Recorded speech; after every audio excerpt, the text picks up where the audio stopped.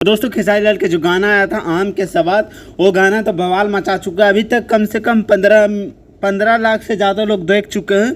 मतलब 1,05,00,000 से ज़्यादा लोग देख चुके हैं और बहुत प्यारा आशीर्वाद दे रहे हैं। ये गाना ट्रेंड कर रहा है म्यूजिक सेक्शन में 7 नंबर पे और मेन सेक्शन में 2 नंबर पे। आप लोग फोटो देख रहे हो, क्या ज़बरदस्त लेवल के गाना है दोस्तों, बहुत बवाल लेवल के गाना है।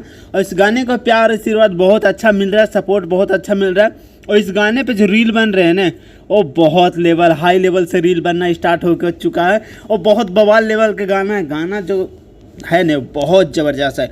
और मुझे सुनने में आया कि ये गाना इन साल के नहीं था, अगले साल के था। 2022 की शूटिंग किया हुआ था ये गाना। बहुत बवाल लेवल के गाना है। एक बार मैं बोलूँ ना, ऐसा गाना खेसारी लाल यादव लाते रहिए।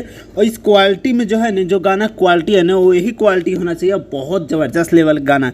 इस गाने को सपोर्ट कीजिए और प्यार आशीर्वाद बनाए रखिए इस गाने पे। और ये गाने का ट्रेंडिंग नंबर 2 में है, 1 में पहुंचाइए। सो ज़्यादा मैं कुछ नहीं बोलता हूँ। ओके बाय, मिलता हूँ नेक्स्ट अपडेट के साथ। Okay bye.